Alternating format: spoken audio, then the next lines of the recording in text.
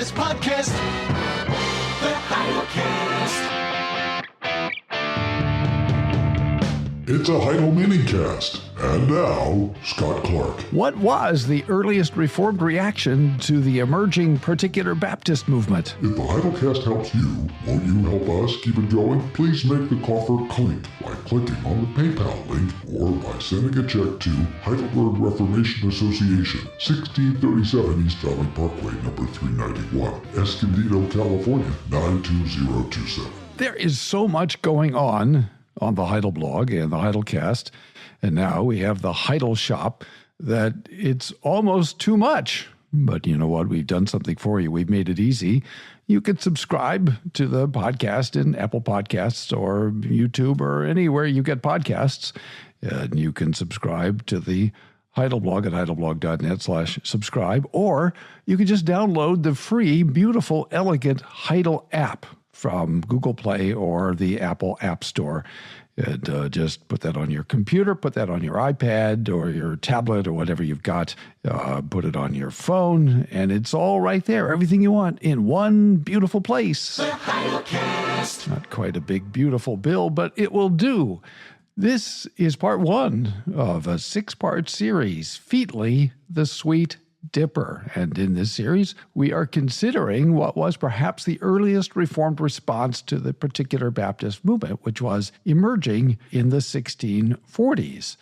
And we're looking at a treatise by an Anglican theologian and a Westminster divine, Daniel Featley, who lived from 1582 to 1645. And this document recounts a disputation, a sort of debate between Featley and an anonymous Scot, and a younger Particular Baptist theologian, William Kiffin, who lived from 1616 to 1701. The text that we're going to be looking at was published as, this is the Greek title that he uses, Katabaptistai Kadaptistoi, or the Dippers Dipped, or the Anabaptists Ducked and Plunged over head and ears at a disputation in Southwark, together with a large and full discourse of 1, their original, meaning their origin, 2, several sorts, 3, peculiar errors, 4, high attempts against the state, 5, capital punishments with an application to these times, published in London in 1645. The significance of this text for the purpose of the series isn't necessarily Featley's arguments, and I really wish my Baptist friends would hear me on this. That's not really what attracts me to this figure or to this text. I mean, some of the arguments we would agree with today, and some of them we wouldn't. That's important. This is not really a theological argument with the Baptists. The point of looking at this text is rather how Featley and the Reformed in the 1640s received the Baptists, both particular and general. This is significant because it's become widely held by Baptists over the last 25 years, or probably a little longer than that, but not a lot longer than that, that since they now identify as Reformed, that therefore they are Reformed. And this is a poor way of defining a term with a 500-year history. But for the sake of discussion, if this is how we're going to proceed, then it seems worthwhile to examine how the Baptist movement was originally received by the Reformed. This is something I just don't think a lot of Baptists have thought about. Before we turn to the 1640s and to the text that I mentioned, we need to set the theological and historical background. So let's begin with an overview of the theological differences that lie behind the practical and ecclesiological differences between the Baptists and the Reformed. For many in the Particular Baptist tradition, it's a given that they are Reformed and that they ought to be recognized as such. It's considered rude or uncouth to object to the implied redefinition of the adjective Reformed as appropriated by the Particular Baptist tradition. That redefinition necessarily excludes the Reformed understanding of the history of redemption, or it makes it adiaphora, which is that there is one covenant of grace which has been administered variously under the types and shadows, and that has been brought to a more complete reality in the new covenant. The historic Reformed view is that the covenant of grace was present in, with, and under the types and shadows of the Adamic, the Noahic, Abrahamic, Mosaic, and Davidic administrations of the covenant of grace. Here is how the Reformed articulated this view at the Westminster Assembly. This is from Westminster Confession 7, 5, and 6. The covenant was differently administered in the time of the law, meaning the Old Testament broadly, and in the time of the gospel.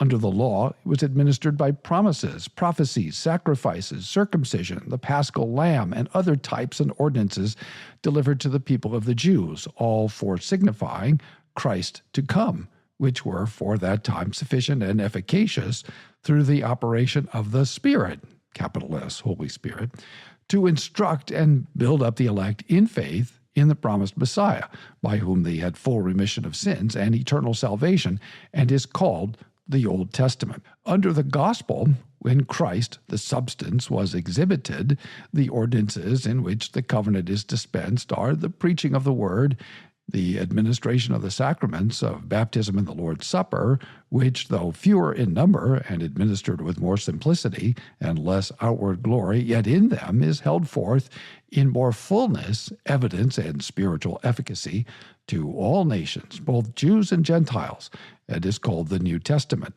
There are not, therefore, two covenants of grace, differing in substance, but one and the same, under various dispensations.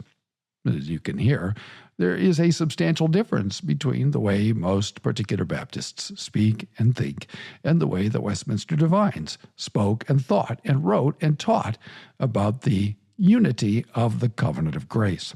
When the divines said, quote, under the law, close quote, they meant Moses. The covenant that was administered under Moses was the covenant of grace. According to the divines, the covenant of works was also administered under the law.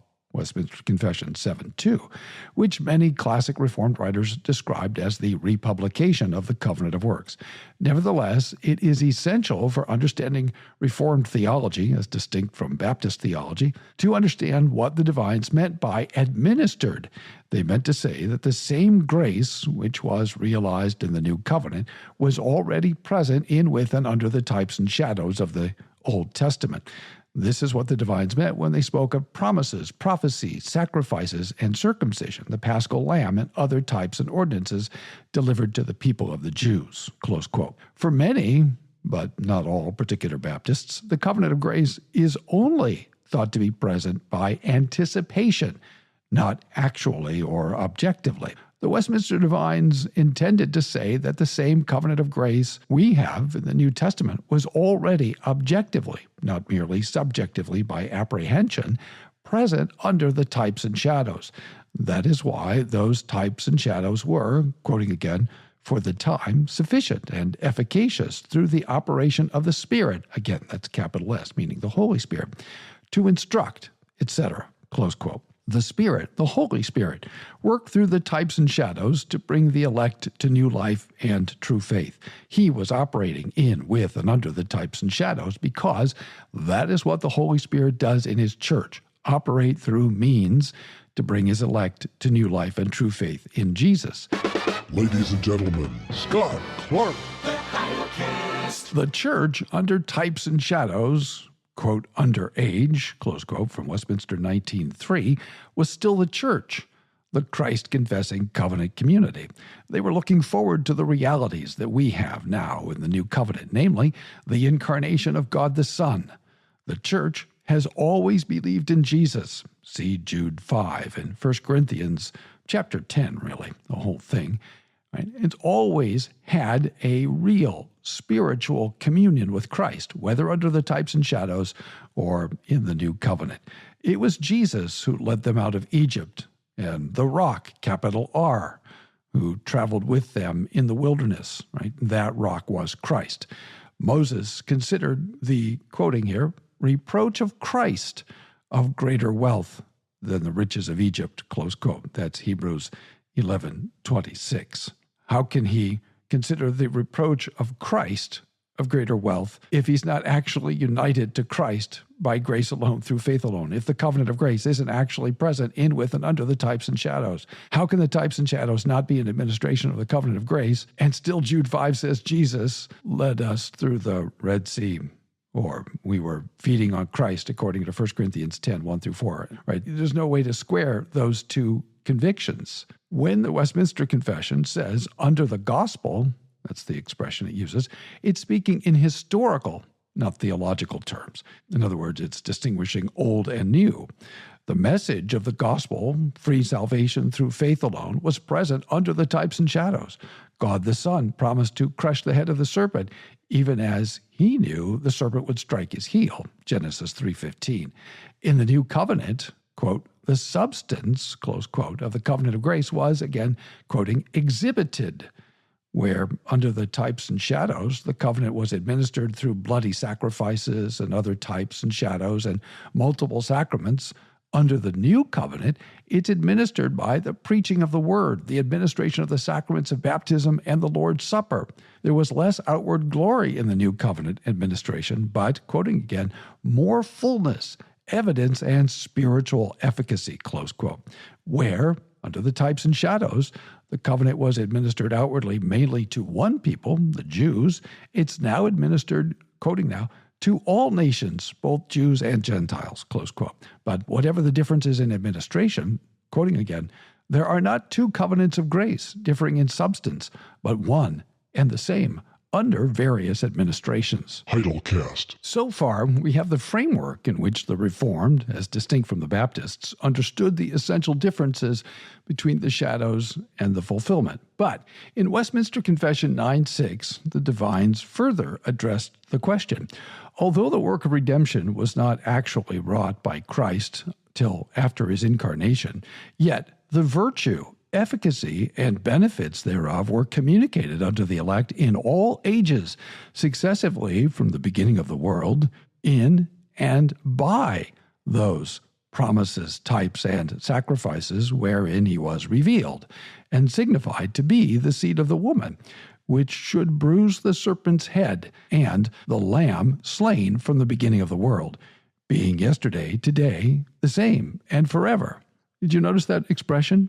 In and by. That's why I keep saying in, with, and under. That's what I'm trying to communicate. The essence of the continuity of the covenant of grace comprised the, quote, virtue, that's power, efficacy, the effect, consequences, and benefits, that is Christ, justification, sanctification, and salvation, right?